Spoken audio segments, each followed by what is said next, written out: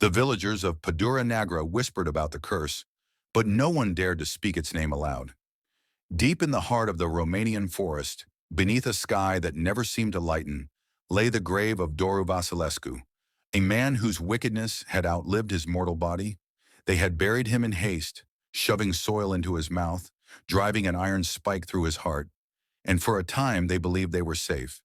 But the dead do not always stay buried. It started with the cattle. Their bloated bodies were found strewn across the fields, their throats torn open, drained of blood. Then came the nightmares, visions of a gaunt figure, skin tight against its bones, eyes burning like embers in the dark. Those who dreamed of the Stragoi woke with pale skin and fevered whispers, their strength fading by the hour. The worst was little Anna Maria, a girl of only 7.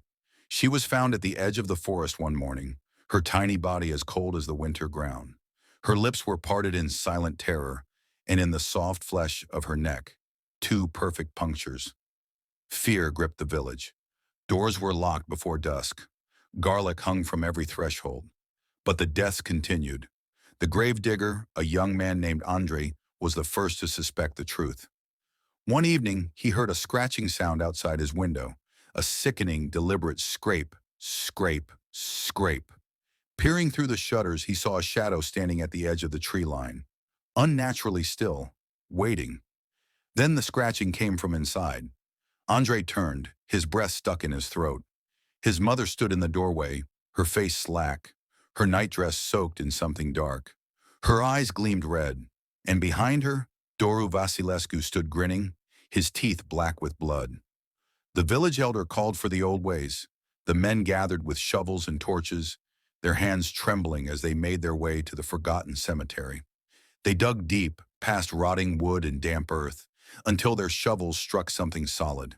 The coffin lid was splintered from the inside. Inside, Doru Vasilescu lay wide-eyed, his mouth stretched in an inhuman smile. Blood-stained fingers curled like claws. His heart, pierced by iron, had mended. He was waiting. One of the men, Victor, raised his torch. "We end this now."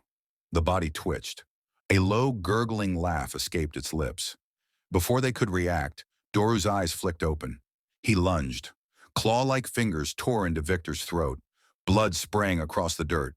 The others screamed, hacking at him with blades, but his wounds closed as fast as they opened. It was Andrei who landed the final blow. A rusted sickle, swung with desperation, cleaved deep into the creature's side. Doru shrieked, black blood spewing from the wound.